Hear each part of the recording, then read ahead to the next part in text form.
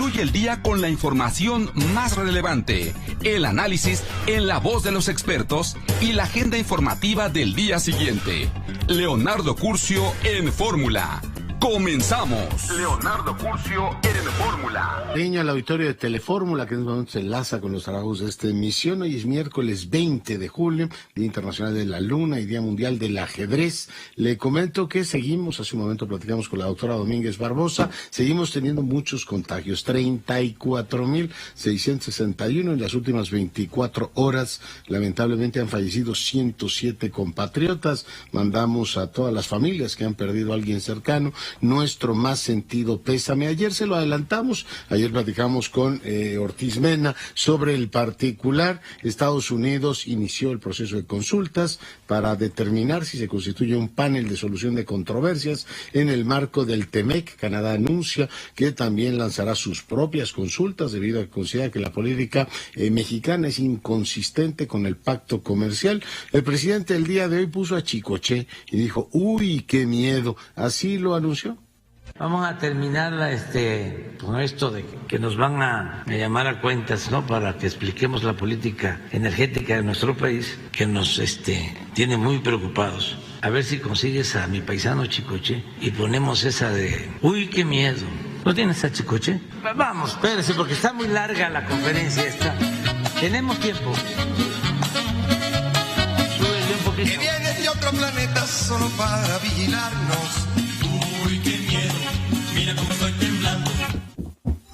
Bueno, eso fue a las 9:06, dijo que ya estaba larga la conferencia y todavía habló 40 y tantos minutos el presidente, pero bueno, lo editorializó de esa manera, así que lo iban a sentar en el banquillo de los acusados. Hace un momento platicábamos con Sergio López Ayllón, decía, pues, hay fuerza constitucional en el tratado, forma parte de las leyes en este país, no lo está sentando nadie en ningún banquillo, simplemente están pidiendo que se cumple lo que este país ha pactado, y bueno, si México tiene razón, supongo que nos darán la razón, si es el caso. La secretaria de Economía se reunió esta tarde con el presidente en Palacio, informó que en 30 días se reunirán con sus contrapartes norteamericanas para abordar el asunto. Liberan a Facundo Rosas, excomisario general de la Policía Federal, en su momento también secretario de Seguridad de Puebla. La familia de la mujer que lo atropelló, efectivamente pidió una compensación económica y ya está libre. La Fiscalía de Jalisco investiga el feminicidio de Luz Raquel Padilla, quien fue quemada viva.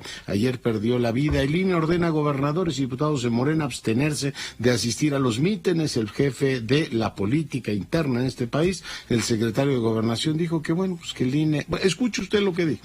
Pero bueno, pues si me corre el INE no importa, porque ya lo van a desaparecer los diputados. Y le aplaudieron. Bueno, pues así está, y usted tendrá, por supuesto, la mejor opinión. Vinculan a proceso Enrique Orcasitas y a 7 funcionarios, exfuncionarios, por el colapso de la línea 12 del metro al cumplirse un mes del homicidio de los sacerdotes jesuitas. Mucha palabrería, mucha discusión, muchas promesas, incluso algunas pullas, pero resultados, nada. Y la Compañía de Jesús sigue pidiendo efectivamente justicia. La titular de CONACYT se reúne con legisladores, pero solo con los de Morena, no con los de la oposición. En más información, Italia va a elecciones anticipadas. Draghi no tuvo el apoyo que esperaba de los partidos integrantes del gobierno. Erdogan pospone su visita, una visita que estaba programada para finales de julio a México. Finalmente no la hará. Sunak y Truss son 2 finalistas que van para el liderazgo del Partido Conservador del Reino Unido. Sunak parece llevar la ventaja, igual que la lleva Delfina Gómez, en este caso para ser la candidata de Morena al gobierno del Estado de México. Me permite que hagamos una breve pausa, regresamos en un instante. Seguimos con la información. Yo saludo al exsecretario de Economía y diputado federal Ildefonso Guajardo. Diputado, ¿cómo está? Buenas noches, bienvenido. Buenas noches, Leonardo, qué gusto saludarte, a tus órdenes. Hace un ratito platicábamos con Ken Smith y le pedí que hiciera, le voy a rogar que usted haga lo mismo, diputado, poquito de historia y un poquito de prospectiva. Historia es que pactamos en el TEMEC. Yo recuerdo que cuando se habló de la historia del Telecán, en el que usted también jugó un papel fundamental en la negociación, México sacó el tema del petróleo y la energía en términos generales tenía ahí algunos elementos restrictivos, pero en el TEMEC se negoció un nuevo, digamos, marco. Hoy el presidente y la secretaria, la acabamos de escuchar, la secretaria de Energía, dice que quedó excluido del TEMEC. Usted que fue, digamos, el artífice de la negociación, ¿nos puede ayudar a ubicarnos qué negociamos y, digamos, qué es vinculante en materia de energía en el marco del TEMEC? Sí, diputado. Inclusive empezaría, Leonardo, por decirte que suponiendo que el señor López Obrador hubiera decidido no tener TEMEC, el gobierno entrante, y hubiéramos transitado con el acuerdo que existía, suponiendo que así lo hubiera permitido Trump. El acuerdo original NAFTA tenía una cláusula que le llaman la cláusula de cremallera, en inglés se llama el Ratchet Clause, que cualquier liberalización que un país haga por cuenta propia se captura en los términos del tratado negociado y por lo tanto una reversión no es permisible. Entonces, aunque no hubiera habido TEMEC, si hubiéramos continuado con el NAFTA original, los cambios que México formuló en el 2015 hubieran sido capturados en los compromisos del acuerdo existente. Pero bien, afortunadamente relanzamos el acuerdo, lo renegociamos y le dimos vida hacia el futuro. Tú recordarás que nosotros estuvimos negociando desde agosto del 17 y en julio del 18 gana el presidente Andrés Manuel. Y para nosotros era muy importante que, para que pudiera haber una continuidad como una política de Estado, pues se incorporara a un negociador del gobierno en transición. Y así se incorporó el doctor Seade. El doctor Seade estuvo... Y fue una, debo decir, virtuosa práctica. Siga, por favor, diputado. Y entonces ahí el doctor Seade, en algún momento de la nación, estuvo sentado desde que estábamos negociando el sector automotriz y varios sectores, e incluso puso sus propias ideas para solucionar temas. O sea, más que un observador, fue un activo participante en algunos puntos de la negociación. Y en materia de energía, era claro, Leonardo, que nosotros pues, teníamos que estar que ponernos de acuerdo con el nuevo gobierno, porque aunque hubiéramos hecho nuestra santa voluntad, pues, la mayoría en el Senado era de Morena y no iba a pasar el acuerdo. Pero si queríamos que el acuerdo transitara, era de la mano con el nuevo gobierno. Entonces, cuando el doctor Seade recibió instrucciones de que intentara sacar los compromisos de energía del acuerdo, él le mandó una cartita a Lighthizer que se convirtió en una reunión matutina en la cual estuvimos presentes, y el embajador le dijo, embajador Seade, es que tú quieres darle a tu principal socio comercial un trato menos justo en materia de energía de lo que le das a Europa, de lo que le das ya al TPP, de lo que le das ya a la Alianza Pacífico. O sea, ¿cómo? ¿Quieres tratarnos como socios de segunda? Y fue claro que Estados Unidos no le pareció. Sin embargo, estuvieron atentos, y es el impasse de que el presidente habla de 7-10 días, porque sí hubo un debate hacia el interior del nuevo gobierno electo, donde de un lado estuvo la secretaria Nale y Manuel Bartlett, y del otro lado estuvieron el canciller y Alfonso Romo, porque tenían diferencias de opinión. Finalmente, como era evidente que si no había acuerdo, pues iba a haber una serie de repercusiones en los mercados, el presidente López Obrador toma la decisión, Seade consigue que se cambie el parafraseo del capítulo 8, que era un capítulo más fundamentalmente de hidrocarburos, no de electricidad, que reflejaba temas de cooperación. En un acuerdo, los tuercas que amarran tus compromisos son transversales, no están en un solo capítulo. Están en el capítulo de inversión, en el capítulo de empresas del Estado, en el capítulo de transacciones transfronterizas, en el capítulo de servicios. Entonces, deciden desaparecer el capítulo 8 y en este lugar poner simplemente el referente del párrafo que ya incluía la reforma de la Constitución, que reafirma que el petróleo es de los mexicanos. Pues sí, siempre ha sido y siempre lo seguirá siendo. Ahora, dependiendo de con qué acuerdos tengas para explotarlo, un mercado competitivo, transparente, subastas a quien le dé más a los mexicanos por su petróleo, o decidir que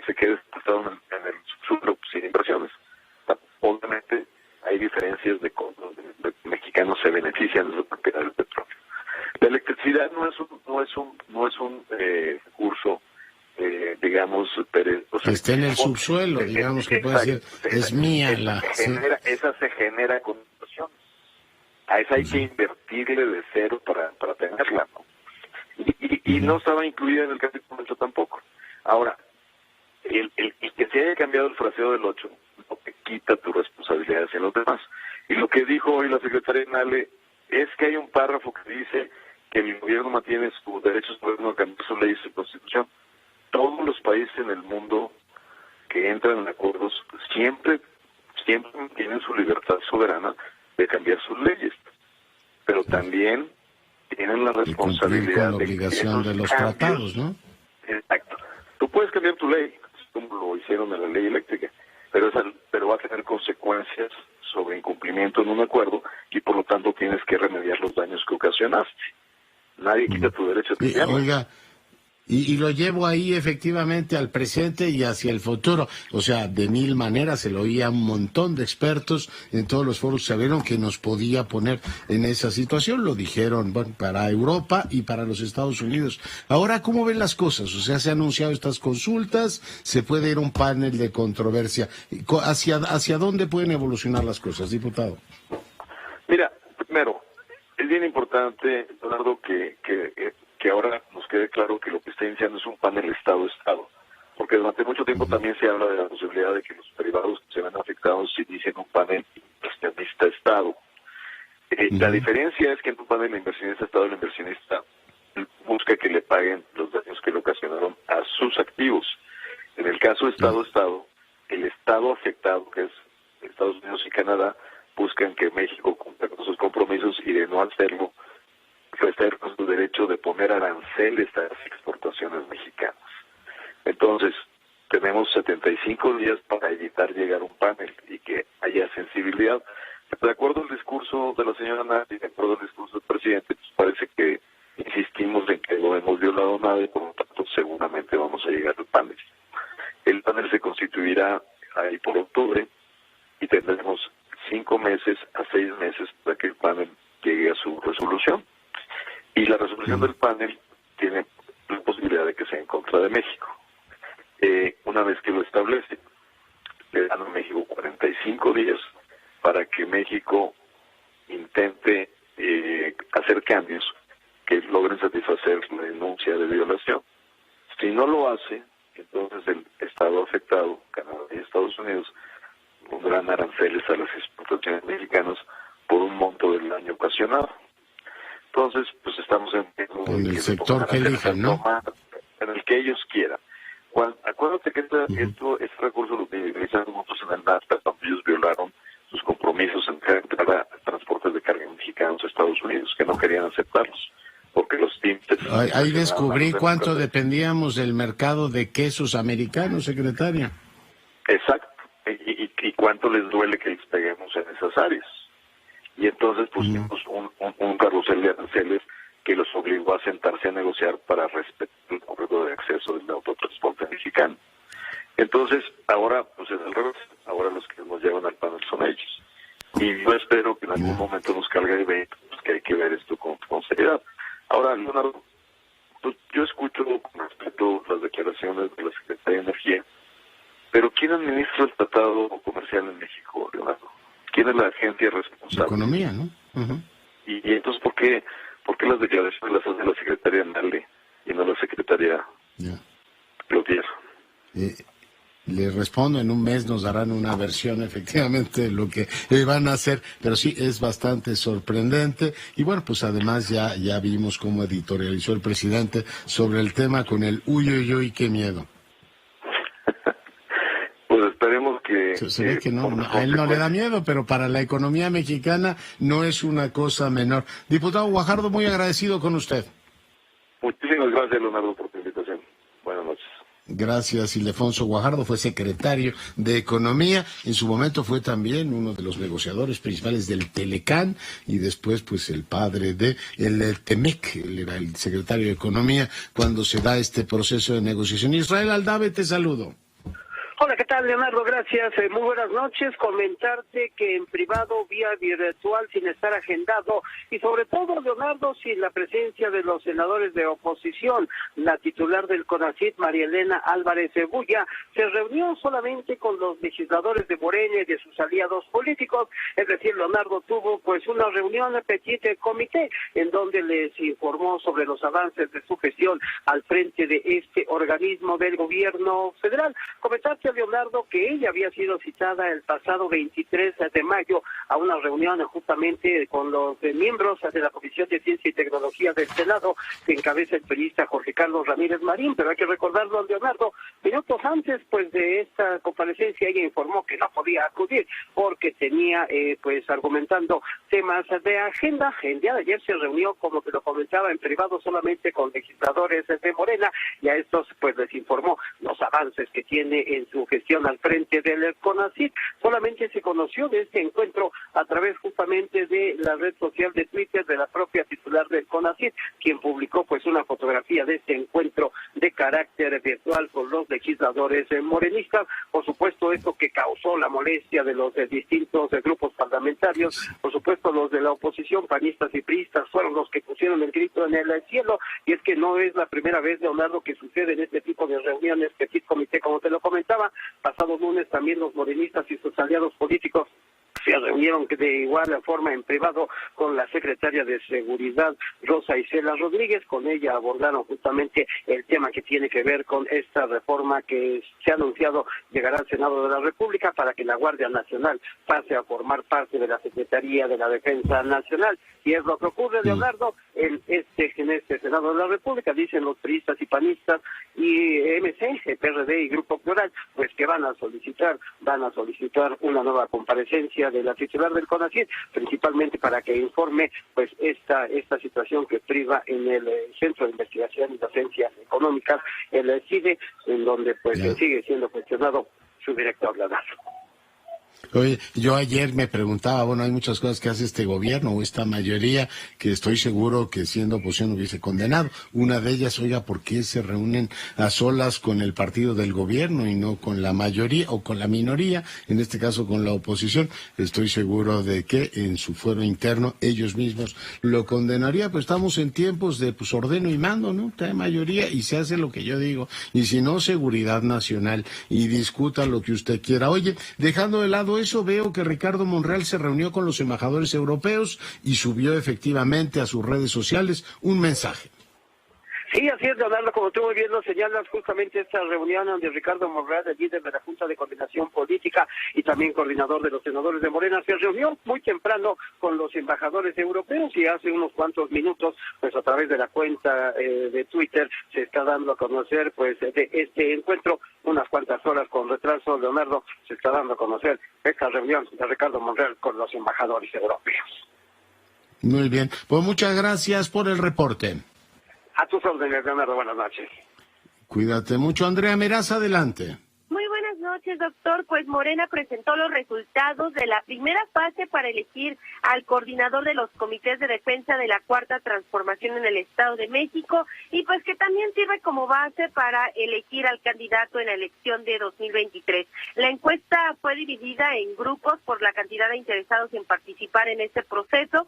Fueron un total de 67. En el primer grupo, que únicamente contabilizó a mujeres, las más reconocidas fueron Delfina Gómez, la secretaria de Educación Pública, con el 47.3%, Xochitl Zagal con el 13.4%, e Hilda Ramírez con el 12.9%. No, Delfina ganó Delfina. Oye, ¿hay más encuestas? Estaba claro que iba a ser ella, pero ¿hay más datos así relevantes?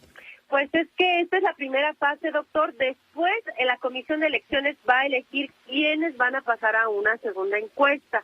En esa segunda encuesta ya sería, ahora sí, el ganador de todo este concurso que ha llevado a cabo Morena para elegir al coordinador, como le llaman ellos, de estos comités de defensa de la 4T. Y ahorita, pues, quienes quedarían virtualmente sería Delfina Gómez, Higinio Martínez, Luis Fernando Vilchis y Horacio Duarte. Pero la Comisión de Elecciones puede elegir hasta 7 personas para contender en esta segunda encuesta, que en realidad van a ser más de 3, doctor, porque pues de acuerdo con Mario Delgado, no solamente se va a tomar una encuesta de que sería por parte del grupo de Morena, sino también otras encuestas privadas, doctor. Ya. Bueno, pues vamos a ver. Pero tú tienes duda de quién va a ganar, ¿no va? No hay ninguna duda, pero pues ahora sí hay que esperar los resultados oficiales.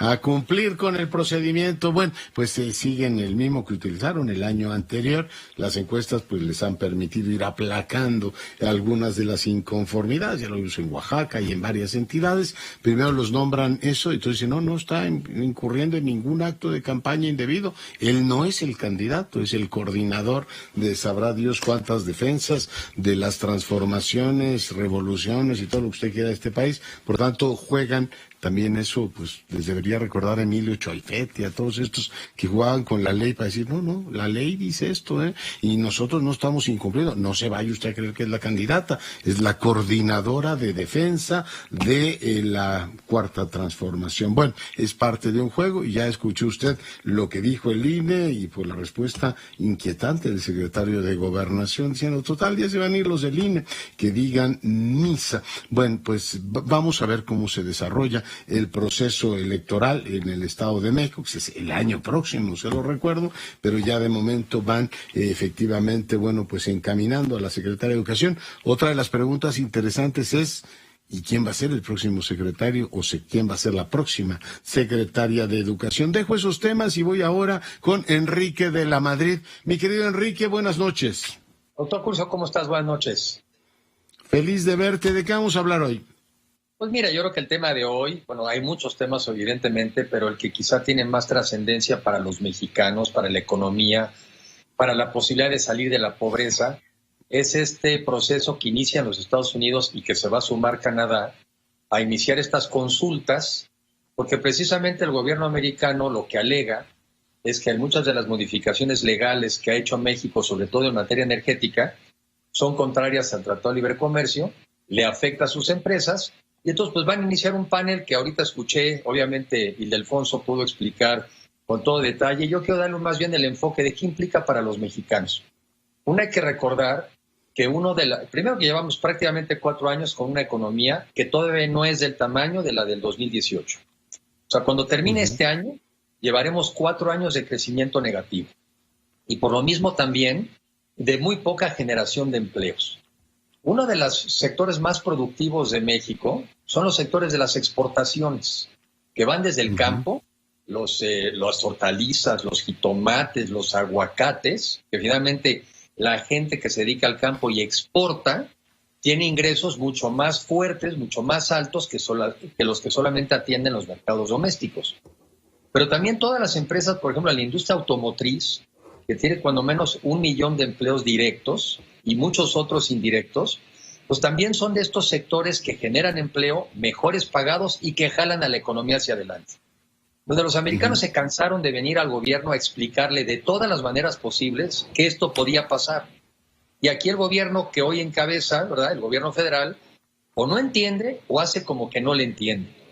Y finalmente ya ocurrió esto, que es el inicio de estos paneles, donde seguramente la conclusión será que sí estamos violando los acuerdos internacionales, y entonces el gobierno de Canadá y de los Estados Unidos tendrán la opción, como lo habrá explicado Ildefonso, de ponernos aranceles en aquellas exportaciones que más nos afecten, las que más nos impacten, Leonardo. Entonces, ¿por qué importa a los mexicanos? Perdón. Sí, no, adelante. Tal cosa dijo Ildefonso, efectivamente. Entonces, ¿por qué nos importa a los mexicanos? Porque al final del día lo que necesitamos es generar empleos. Fíjate, el otro día para otra presentación vi un dato que es dramático. Del 2005 al 2022, o sea, en 17 años, la población en edad de trabajar creció en 16 millones de personas. Pero los empleos formales solamente crecieron en 8 millones. O sea, México tiene un problema crónico de incapacidad de generar los empleos que se necesitan. Entonces, ¿por qué ahora, que estamos todavía peor que antes, porque llevamos 4 años de crecimiento negativo, por qué ahora el gobierno se empeña en hacer todo para que la economía no crezca? Yo sí noto como un lenguaje esquizofrénico. Por un lado dicen que primero los pobres, pero realmente hacen todo para que aumenten los pobres. En otro grupo que estuve hace unos momentos, Leonardo, te hablan de 2.5 millones de familias de clases medias empobrecidas. Y el tema no es solamente que estamos retrocediendo, sino que estamos dejando pasar oportunidades que aquí hemos platicado, de que justamente son los años en donde México podría estar recibiendo muchísima más inversión extranjera para aprovechar el tema del conflicto con China. Pues no, aquí decidimos no sé a qué invocar y generarle un perjuicio enorme a los mexicanos. Lo que es muy dramático de esto es que las malas políticas públicas no las pagan los funcionarios. Los costos de estas malas decisiones las vamos a acabar pagando los mexicanos, pero sobre todo los mexicanos que menos tienen. Ya. Oye, pues sí, efectivamente, y se pregunta uno el sentido del tiempo, del calendario, el timing, un sexenio que va en su 4º año. Hace algunas semanas publicaba un influyente diario inglés que lleva los temas económicos, el FT, que México estaba perdiendo oportunidades. O sea, nos vamos a echar ahorita 3 meses con esto discutiendo y uno dice, oiga, el país le urgen inversiones y moverse, no estar permanentemente en el pleito y el debate político, aunque cites autores clásicos de la teoría económica como Chicoche, Enrique. Bueno, sí, me imagino un clásico de la teoría económica que yo no veo, francamente, yo sigo sin entender todavía cuál es la propuesta de este gobierno para combatir realmente los problemas más serios, y particularmente la pobreza extrema y el hambre. 2 de cada 10 mexicanos hoy en día tienen hambre y el 44% de la población está en pobreza. Si algo necesitaríamos son políticas públicas para incentivar y promover la inversión y generar empleos. Lo de hoy es muy grave. Ya teníamos problemas, pero lo de hoy es muy fuerte, porque no solamente serán las inversiones que dejarán de venir, sino que además ahora va a empezar la cuenta de cuánto le debemos al mundo y cuánto le debemos a los inversionistas. Y repito, ¿quién lo va a pagar? Lo vamos a pagar los mexicanos con menos empleo, pero si esos juicios los acabamos perdiendo, al final del día se va a ir contra los ingresos del gobierno, que también al final del día son los nuestros. Yo sigo sin entender cuál es la estrategia de un gobierno que dijo que primero eran los pobres, pero han sido los más afectados. Oye, y yo como soy un seguidor de Séneca, hace unos días leía un libro sobre el elogio de los estoicos, lo más valioso sigue siendo el tiempo, y tú dices, oiga, más vale un buen arreglo que un largo pleito, controversia, y ya si al final, si te dicen, bueno, tenía usted razón o no tenía razón, ya perdiste 6 meses más, o tal vez un año, Enrique, lo cual es terrible, dando efectivamente como contexto lo que tú decías, ¿no? La gente está esperando estar en mejores condiciones económicas, tener mayores oportunidades, y tú consumes el tiempo en largas y, a mi juicio, improductivas batallas. Fíjate, Leonardo, en otra reunión que también acabo de estar, pues ya es que el gobierno te dice, no, los próximos 3 años vamos a tener como 40,000 millones de dólares de inversión. En 3 años, eso es una cifra ridícula. Pues es ridícula. Esas cifras te las hacen 3 empresas multinacionales. ¿A dónde se está yendo la inversión? Se está yendo a Costa Rica, se está yendo a Honduras, se está yendo a países centroamericanos, cuando México tendría todas las condiciones. Hoy en día podríamos estar recibiendo cuando menos 150,000 millones, no los 40,000 que el gobierno te presume. Entonces, bueno, ¿para qué te platico? Lo demás van a ser consecuencias. Me interesa luego a veces en los twitters, me pone la gente, ¿y usted cómo especula estas cosas? No especulo. Estoy informando lo que decíamos que iba a pasar, ya está pasando, y más bien de aquí para adelante serán las consecuencias. Sí, señor. Enrique, te mando un gran abrazo, gracias por tu comentario. Gracias, Leonardo, buenas noches. Ahí tiene la reflexión de Enrique de la Madrid el día de hoy, y bueno, pues hay 2 cosas que creo que saltan a la vista, tomando en cuenta por lo que ha acontecido en este país en los últimos tiempos. No hay manera de que alguien se llame a sorpresa por esto.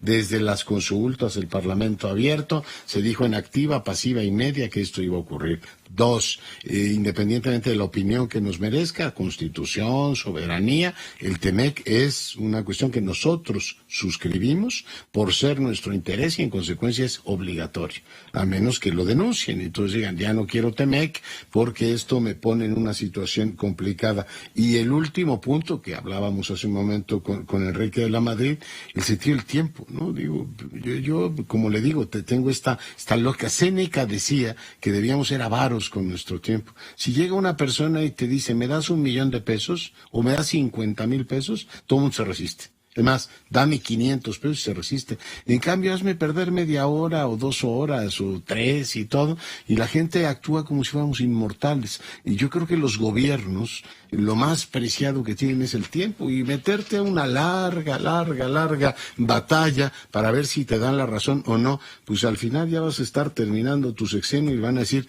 En el remoto caso de que llegaras a tener razón en la controversia, vas a tener un año para implementar esto y podrás decir, logramos una gran batalla. Pero yo tengo esta convicción, las guerras o las batallas, o en este caso las controversias, igual que los juicios, la gente tiene terror de ir a los tribunales, acabas empobrecido, acabas desgastado, acabas en muchos sentidos... pues perdiendo parte de tu vida teniendo que defenderte de un asunto que a lo mejor pudiste haber arreglado. Por eso aquello de más vale un buen arreglo que un largo pleito, una larga controversia.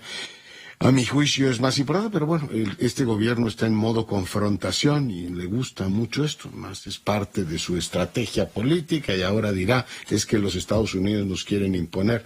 No es creo que proceda el razonamiento. El TEMEC es un tratado que soberanamente, además lo hizo este gobierno lo firmó. Dejamos ahí el asunto, vamos a una breve pausa, volvemos en un instante, el doctor García Diego conversará con usted.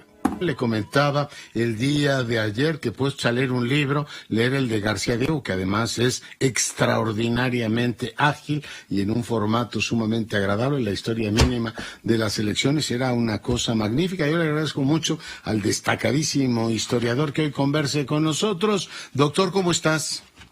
Leonardo, qué gusto platicar contigo y sobre todo con tus muchísimos seguidores. Oye, fíjate que tengo aquí el libro que escribiste, La historia mínima de las elecciones, y ya tiene lugar en mi biblioteca. Te puse al lado del de Georgette José, el de ella es así como un libro tremendamente voluminoso. Le mandamos, por cierto, un gran saludo, y en este caso el tuyo, ¿no? Bueno, yo cito mucho a Georgette porque efectivamente pues es una revisión muy ambiciosa de las elecciones en México, aunque ella comienza en el siglo XIX, ¿sí?, y se prolonga hasta nuestros días. Yo me concentro en el siglo XX. De la Revolución para acá. Sí, porque yo siempre insisto en que los tiempos históricos no son lo mismo que los tiempos calendáricos. Ya. Nuestro siglo XX comenzó en 1910, no en 1900. Sí. Oye, me entero de un montón de cosas. No, efectivamente así llegó. Y un Madero que primero fue mecenas y después candidato, Javier. Así es, Madero primero, él era un empresario ajeno a la política y primero se empezó a meter en elecciones municipales como mecenas allá en San Pedro de las Colonias, luego como mecenas en elecciones para la gubernatura en Coahuila, y luego ya pues se tuvo que involucrar más y fue candidato primero en 1910 con Francisco Vázquez Gómez y luego en 1911, anuladas esas elecciones, con Tino Suárez. Digamos que ese es el arranque del libro. Ya, es el arranque del libro y buena parte de la discusión sobre el tema electoral, el sufragio efectivo o no reelección, tiene que ver precisamente con ese episodio fundante. Después vienen épocas, el libro es extraordinariamente ameno y muy directo, vienen épocas interesantes todavía y después entramos a una época como de que las elecciones se vuelven más un ritual que otra cosa, Javier. Bueno, mira, yo lo primero que a la conclusión a la que llego y a la que invito a los lectores es que decir que la historia de México, la historia electoral de México es una historia de fraudes, que son 100 años de fraudes, es absolutamente falso en términos históricos, pero además es agraviante para muchísimos mexicanos. Yo diría que la historia de nuestros procesos electorales, pues es una historia con muchas dificultades, pero siempre en positivo, mejorando poco a poco, mejorando los procesos electorales. Entonces, yo veo varios periodos. Primero, el del periodo revolucionario, con elecciones en 10, 11, las de Madero. En 13, Victoriano Huerta también quiso legitimarse mediante unas elecciones. En 17, las de Carranza. Luego veo un segundo periodo, que es el de la violencia, elecciones que fueron interrumpidas por rebeliones, la de Revuelta de Agua Prieta en 20, la de la Huertista en 23, 24, y la muerte de los 3 aspirantes a la presidencia de 28 por bala. Pero no fueron rebeliones, digamos, para rechazar determinados resultados electorales, Leonardo. Fueron elecciones porque el que encabezó esas rebeliones estaba inconforme por no haber sido designado sucesor por el presidente saliente. Sí. Entonces son rebeliones preelectorales. Para evitar que el grupo en el poder se siguiera, digamos, autodestruyendo, en 1929 se creó el PNR. Y yo lo veo como historiador, Leonardo. No soporto que le digan el abuelito del PRI, y menos este error del presentismo de achacarle los errores del presente a esa institución. Fue muy positiva, fue muy útil. Al menos se acabaron las rebeliones preelectorales. O sea, ya hubo disciplina dentro del grupo revolucionario. Luego entramos a un periodo largo que yo llamo el periodo del partido único. Y subrayo la... Oye, nada más digo recordar, porque tú has escrito mucho sobre el tema, las de Vasconcelos, ¿no? Y el supuesto fraude en su momento, y me llamó mucho la atención, como ya ando el 20, me parece muy apropiado que digas, en política las mejores propuestas pues se pueden ser efectivamente fallidas si no son pertinentes, si no llegan en el momento que tienen que llegar. Ahí te refieres al civilismo, y después das un salto como al 40, que ahí sí encuentras algún paralelismo con el 18, Javier. A ver, yo a partir de 1940 lo que digo es que ya es un partido único. ¿Por qué único? El PAN existía desde 39, sí, pero el PAN no presentó candidatos presidenciales ni en 40 ni en 46, lo cual nos habla de la debilidad de los partidos de oposición.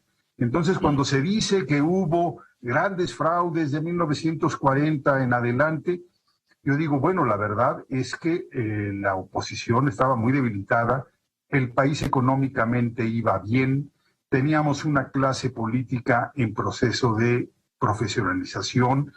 Entonces, no es que fueran fraudes, es que la oposición era muy débil. Eso es para mí la explicación fundamental de esos años.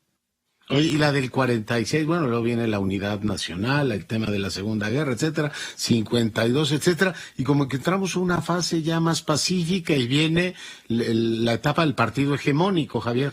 Absolutamente, yo también así la llamo, partido hegemónico, porque realmente controla prácticamente todo. Dentro de ese periodo hay 2 cosas o 3 que me sorprenden. Primero que todo, los avances que se hacen en términos de maduración de nuestro sistema electoral.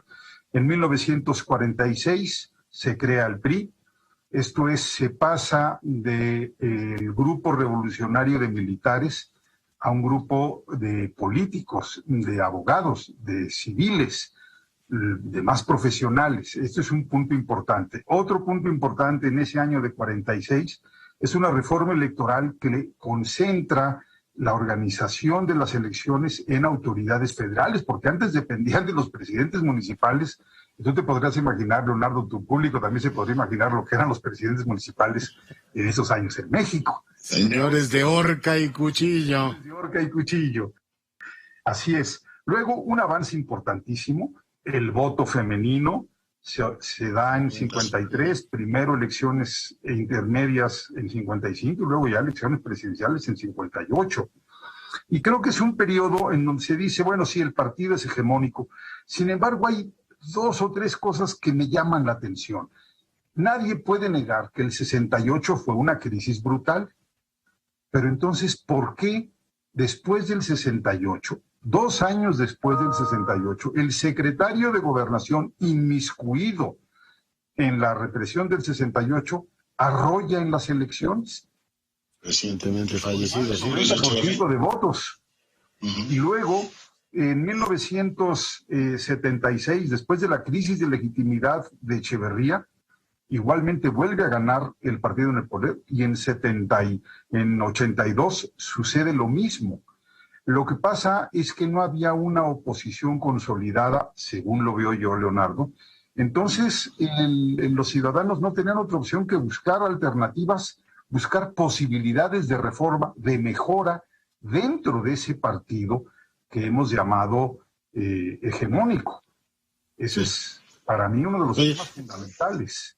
A partir de los 80s el PRI se empieza a dividir, termina en la corriente esta democrática, y el FDN en el 88, y el PAN empieza a adquirir, no sé si es a partir de la nacionalización bancaria, empieza a adquirir más densidad, y bueno, pues el efecto de la crisis, las del 88 aparecen ya como elecciones más competidas, Javier. Sí, no, lo acabas de mencionar. Yo ya las elecciones de 88-94 no las considero de partido hegemónico, ¿sí? Les llamo partido dominante, que es un matiz lingüístico que hay que tomar en cuenta. A ver, en el 88, el elemento definidor del 88 es que, a diferencia de lo que había pasado en los años anteriores, desde 29, digamos, con la disciplina del PNR, había habido candidaturas independientes de gente que, Almazán, Ezequiel Padilla, el mismo Enríquez Guzmán, pero no eran decisiones estructurales, o sea, no se salía buena parte del partido con cuadros, con dirigentes, con territorios.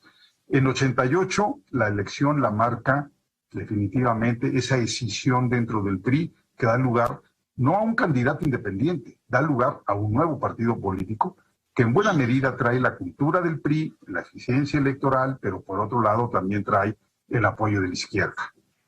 Me parece recordar que entre hegemónico y predominante es que hay posibilidad de competir, ¿no? En el hegemónico tú puedes tener un sistema de 8, 9, 10 partidos, pero hay uno que gana siempre, o no hay, digamos, un espacio para la competencia. A partir de los 80s, finales de los 80, el sistema es más competitivo, Javier. 88, a partir de 88 con esta decisión. Luego 94 uno podría decir, bueno, ¿cómo después de la crisis, de la violencia, las muertes que ya sabe todo tu público, y que no voy a mencionar sus nombres, cómo es que vuelve a ganar el PRI? Bueno, gana, es el voto del miedo, pero ya no son las elecciones que arrollaban con 90% de votos. Las elecciones de 88 y las elecciones de 94 apenas rozan el 50% de los votos emitidos, o sea, se acabó. Con esas estadísticas podemos decir que se acabó el partido hegemónico y estábamos entrando ya a un periodo de contiendas electorales. Y para mí la fecha fundamental, bueno, hay otra fecha que no hemos mencionado, Leonardo, el 77, la reforma política de Reagan es fundamental, ¿sí? Y luego, claro, la reforma del 96, para mí el momento pues mejor evaluable, el momento de más verosimilitud, es a partir de que contamos con el INE. A partir de 1997 las elecciones son mucho más transparentes, mucho más verosímiles, mucho más democráticas, competidas.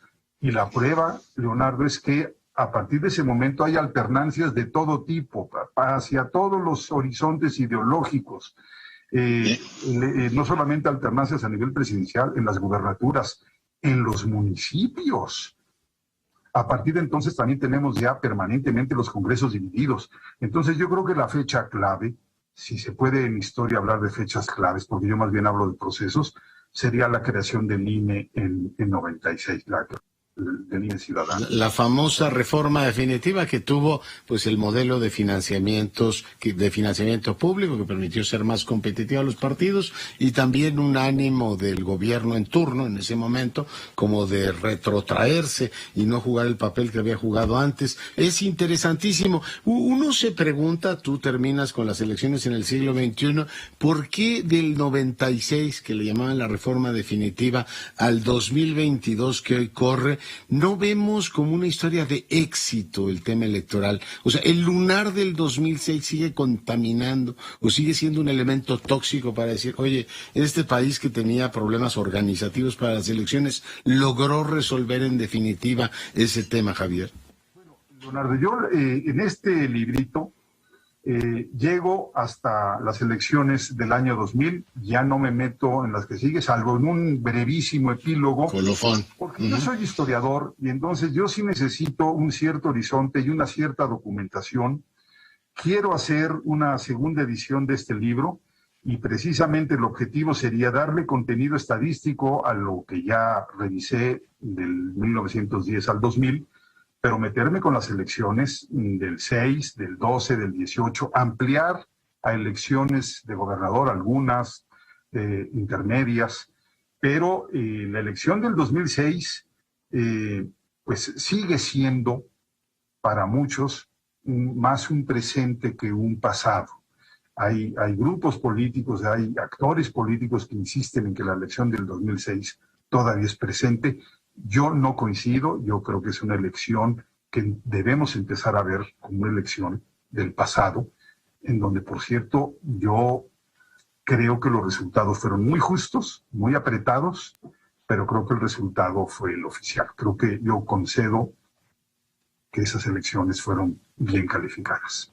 Ya. Oye, porque sí, efectivamente, a partir del 96, si tú dejas así el colofón de lo que solamente deberíamos, en buena lógica, decir, tenemos una historia de éxitos en lo que tiene que ver con construcción institucional, confianza ciudadana, pero bueno, la lógica política, como tú dices, en algunos casos, sigue utilizando ese pasado o sigue siendo presente ese pasado, que ya ha pasado algún tiempo. Es una labor titánica esto de resumir, pero bueno, en el Colegio de México tienen una larga tradición de compactar y hacer historias mínimas, Javier.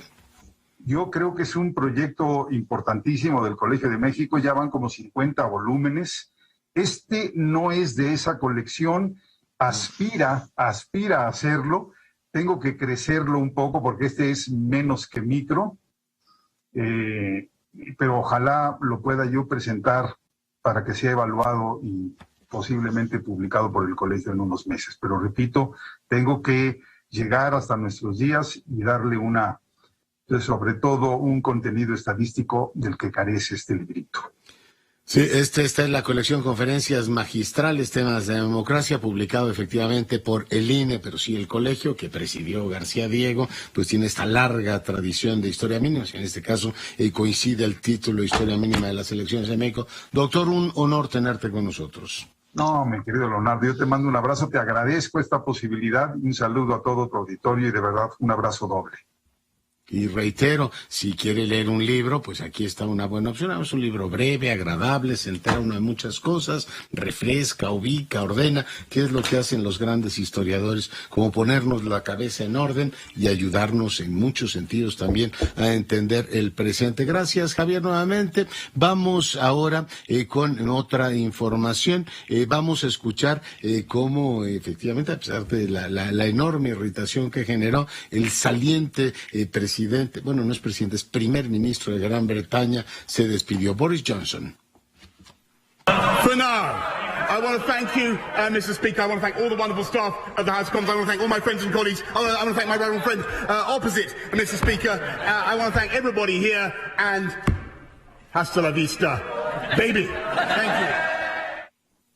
Pues así se despidió, como ya sabe quién. De todas maneras, Schwarzenegger llegó a ser gobernador, así es que tiene algo probablemente de político y algo posiblemente también de histriónico. En este caso, bueno, pues nos vamos prácticamente ya estamos al filo de la despedida. Quiero decirle que hay todavía elementos importantes en materia sanitaria. Le pido que se cuiden muchísimo. Siguen los contagios fuertes. Veo que López Dóriga acaba de subir un tuit, le mando un gran abrazo. Teacher dice, había resistido al COVID invicto durante 2 años y 5 meses, pero al final no es que haya podido más que yo, nunca podrá, pero me alcanzó. Sí, dice, por eso la ausencia en Radio Fórmula, dice, concatenó con las vacaciones, si no merecidas, siempre necesarias. Pues te deseamos una pronta recuperación. Teacher, abrazo. Y bueno, pues con esto nos vamos. Cuídese y sea rabiosamente feliz. Se lo merece.